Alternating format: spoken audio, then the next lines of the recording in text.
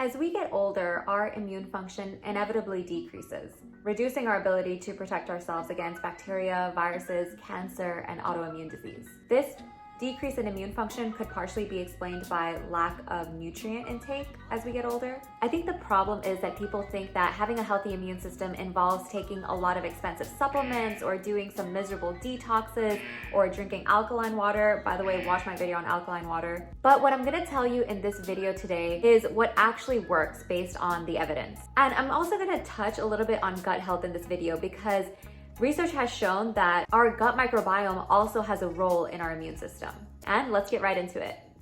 Briefly, your immune system consists of your organs, your skin, your tissues, all of these things that protect us from anything that it sees as foreign, from bacteria, from viruses. There are some vitamins that have been shown to play a role in our immune system, but that doesn't mean that you have to take these vitamins. And I'm gonna talk more about that later in this video. And then I'm gonna give you some tips and some sources to make sure you're getting enough of these vitamins. We have recommended daily allowances for all of these vitamins, but I don't wanna overload you with too much information in this video, so I'm not including that. But anyways, let's get started. First vitamin that I want to talk about is vitamin D. And vitamin D has a role to help our immune system function properly. A deficiency of vitamin D can actually make us more susceptible to illness. I have actually a whole video on vitamin D that you guys can check out. And I talk a little bit about the research right now or recently that has been done on vitamin D deficiency and COVID susceptibility. Because there have been some association studies to show that a deficiency of vitamin D may make you more susceptible to getting COVID. This vitamin is so important, and that's why I would recommend everyone go to your doctor and get your blood levels checked for vitamin D. It's a really simple blood test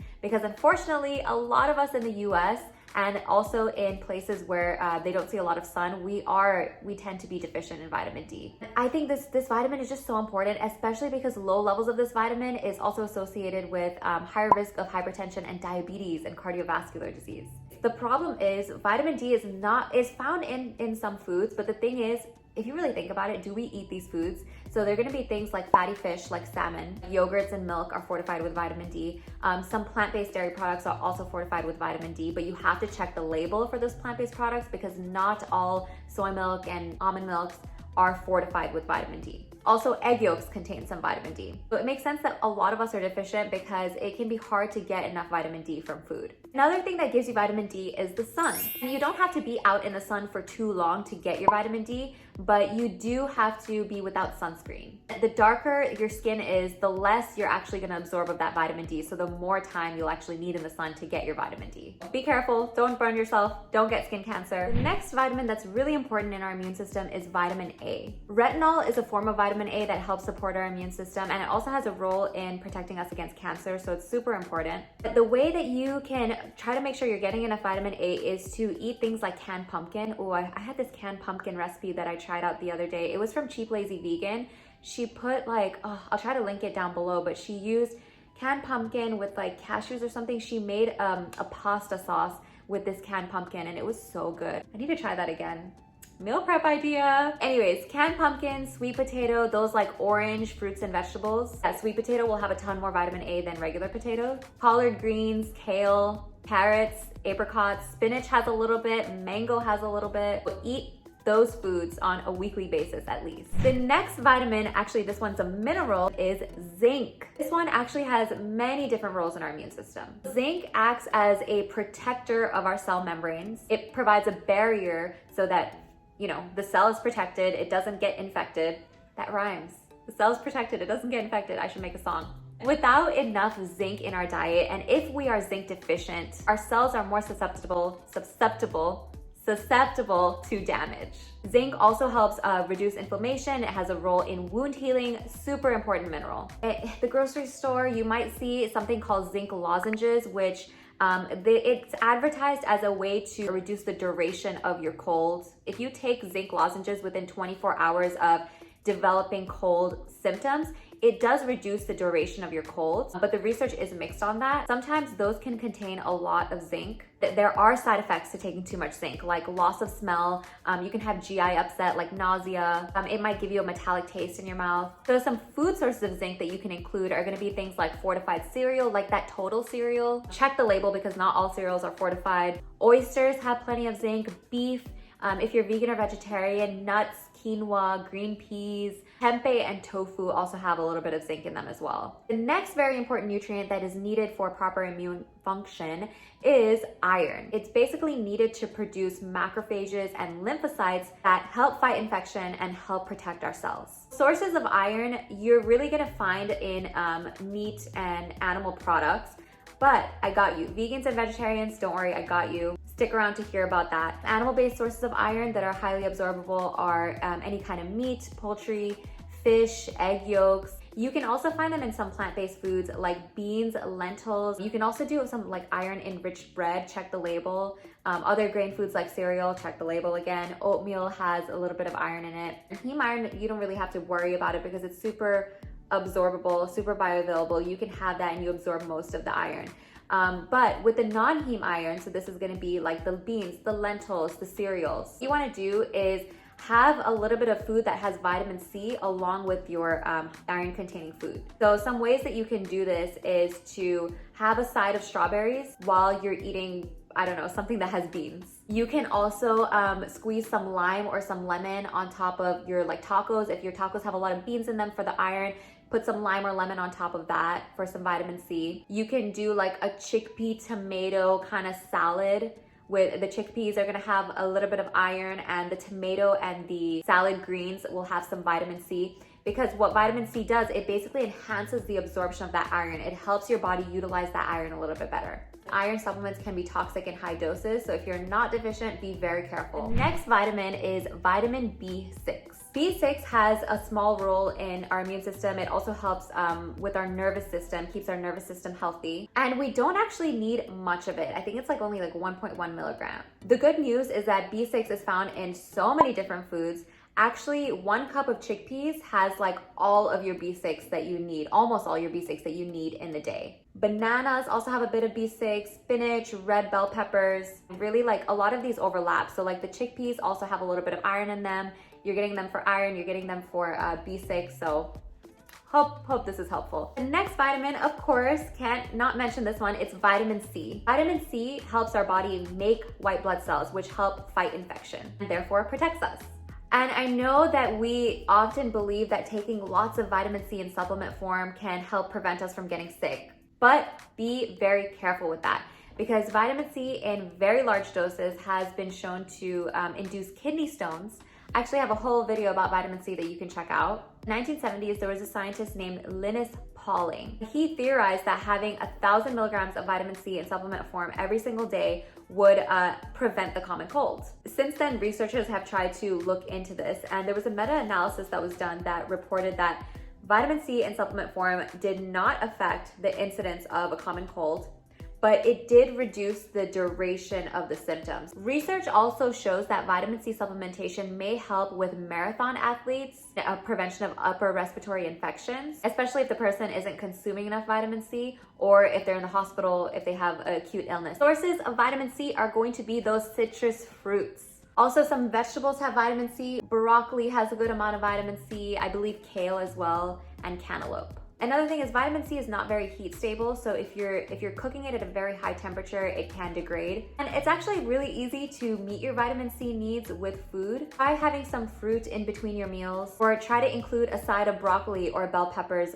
with some of your big meals. And then you don't have to buy an expensive supplement and then it becoming expensive pee, because the vitamin C that we don't utilize if we're taking in a supplement form, we pee out. Enjoy your fruits. Next nutrient, or should I say nutrient, I guess, probiotics and prebiotics. There are many immune defenses that operate in our gut. Improving our gut health is going to be super important for optimizing our immune system. But just know that prebiotics and probiotics can basically help prevent certain infectious diseases. So if our gut microflora are good bacteria, and I'm gonna explain what prebiotics and probiotics are in a minute, but if it's not adequately supported, then bacteria can intrude, it can multiply, it can make us more susceptible to infection and illness. What's so amazing about this, what I love about this, the food that we eat and our lifestyle choices highly impact our gut microflora. Food choices, our lifestyle choices determine if our gut microflora is going to be beneficial for us or if it's going to be harmful. Think of probiotics as the good bacteria, these live microorganisms that you need to help your gut microbiome thrive. And think of prebiotics as the food that the probiotics need to function properly and to keep them healthy. Some probiotic sources, of course, you probably know yogurt, but did you know that not all yogurt actually contains probiotics?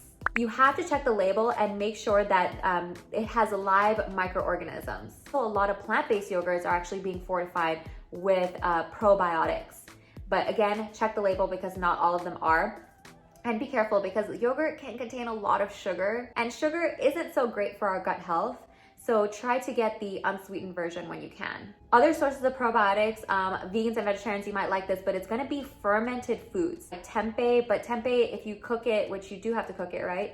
If you do cook it, the probiotics will degrade. They are sensitive to heat. So you could do miso. Also, any fermented vegetables like kimchi, sauerkraut, those will also be a great source of probiotics. Now let's talk about prebiotics. So remember, this is the food for the probiotics. We need to eat these so the probiotics can do their job. And some examples are gonna be garlic, onion, leeks, asparagus, and sweet potato. So some people with certain medical conditions, like those with IBS, may be very sensitive to probiotics.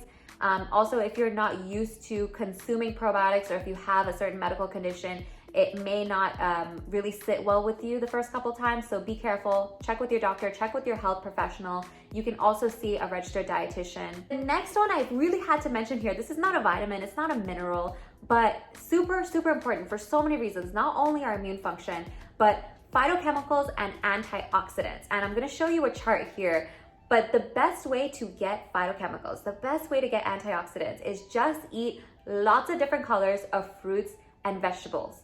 Different colored fruits and vegetables indicate that there are different types of phytochemicals and antioxidants in those foods. They protect our tissues from damage, they stimulate our immune system to repair damage, and like I said, the best, most efficient way to maximize phytochemicals and antioxidants, just eat lots of plant foods. But that's why it's so important. Like when you're having a salad or something, it's really nice to see a lot of different colors. Green, red, yellow, purple, orange. The more colors you include, the more nutrients you're getting. One thing I have to mention here is please do not take one of those like phytochemical supplements, like Juice Plus had one, there was a lawsuit, because the thing is you cannot replicate the beneficial effects in a supplement. That has not been done yet. Maybe in the future, maybe possibly, there's no supplement out there that contains phytochemicals or antioxidants that's gonna have the same beneficial effect on our bodies. Seen time and time again in research the importance of fruits and vegetables, and that fruits and vegetables really contain these health benefits.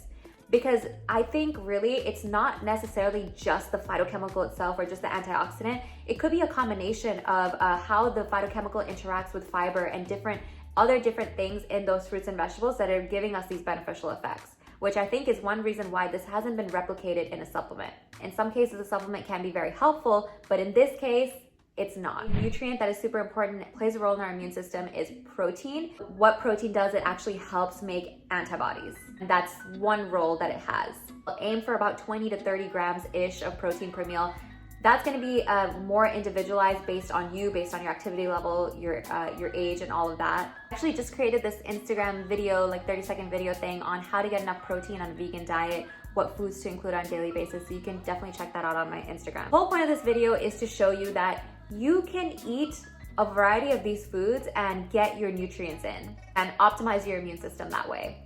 We don't necessarily have to buy expensive supplements, so let's touch on that a little bit more. When it comes to supplements, more is not better. Some people absolutely do need to take a supplement. Some people really benefit from it. You really want to do it with the guidance of a health professional, a dietitian, or a doctor. Multivitamin is usually fine. Just be cognizant, make sure it's not, each vitamin and mineral is not more than 150% of the daily value, because like I said, some vitamins can be toxic in high doses.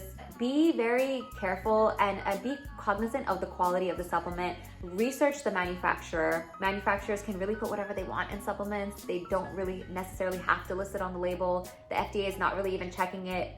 Supplements don't even necessarily have to be effective for advertisers to market them, for manufacturers to make them and sell them and make us think that they are effective. Also, make sure you're taking a look at all the different supplements you're taking and making sure that you're not double dosing on a lot of them. I've had some clients who were taking multiple, like they were taking a multivitamin, they're taking a vitamin D, they're taking a vitamin E, and they didn't realize that their multivitamin has some of the vitamins, the individual vitamins that they're already taking. So not only can that be a little bit dangerous because too much of a vitamin can be toxic, but also that's really expensive. If you're still with me, thank you very much for continuing to watch, because I have some other important information for you that are not necessarily related to nutrition. The first thing to think about is stress. Some stress is not bad for us, but chronic stress can really take a toll on our health. Chronically stressed out body creates more cortisol, which is a stress hormone. It raises our blood pressure. It can also raise our blood sugar. It's detrimental to our gut health and therefore probably detrimental to our immune system. Most importantly, I'm not a clinical psychologist. If you're experiencing like extreme stress, go get help. Please see a psychologist. Some things you can do. Number one, meditation. Research has actually shown that when we meditate consistently, we are able to handle stressful situations a lot better in our life. It really helps you in the long term. Whenever you're dealing with a stressful situation, whenever your mind is wandering later, when you're not meditating, you have that ability, because you practice it, you have that ability to recognize it, you're aware of it, you become more self-aware, and you're able to bring it back to the present moment. I think it's definitely a long-term habit, and it's something that I actually teach my clients. Another thing is exercise. And I know this one has also been repeated. You're just like, okay, like exercise, yeah, we know that. But did you know even just a little bit of exercise is better than nothing? Exercising regularly can enhance our immune function. How crazy, right? Like we have these things in our arsenal that we can do. We're all capable of doing it. Even if it's just a little bit of a walk, a little bit of movement, it can have benefits, especially when done consistently over time. Think about it this way. If you go for a 10-minute walk every single day, 7 days a week, that's 70 minutes of walking that you did that week. But if you feel like you're one of those people that, okay, like I know what I'm supposed to be doing, but I don't know how to do it, or I'm just not doing it, that's where I can help. That's where I can help keep you accountable and help you bridge that gap between knowing what to do and actually doing it. Evidence-based ways that you can improve your immune function. Lots of fruits and vegetables. Get in those phytochemicals, the fiber, the vitamin C. Eat zinc and iron containing foods. Nuts, seeds, beans. Have some vitamin C to increase the absorption of iron whenever you're having plant-based iron foods like lentils and beans. Talk to your doctor about taking a vitamin D supplement. Include pre and probiotics daily or weekly. Exercise, make sure you're getting a little bit of exercise. A little bit is better than nothing. 7 to 8 hours of sleep per night. Really prioritize this. If it doesn't work, what can be frankly harmful sometimes for our immune system? Taking mega doses of supplements, drinking alkaline water, although that's not necessarily harmful, but very expensive. Detoxes, cleanses. Stay away from that stuff, guys. Focus on improving your health inside and out, not only with the foods that you eat, but also wellness strategies like meditation and all that other stuff that I was talking about. I had to get up because my foot was falling asleep, but I just wanted to say, I really appreciate you watching my video, especially if you made it this far. Let me know in the comments below what you thought. I hope it wasn't information overload, and I would just love to connect with you guys in the comments, on my Instagram, whatever you want. Thanks for watching, and I'll see you guys in my next video. Bye.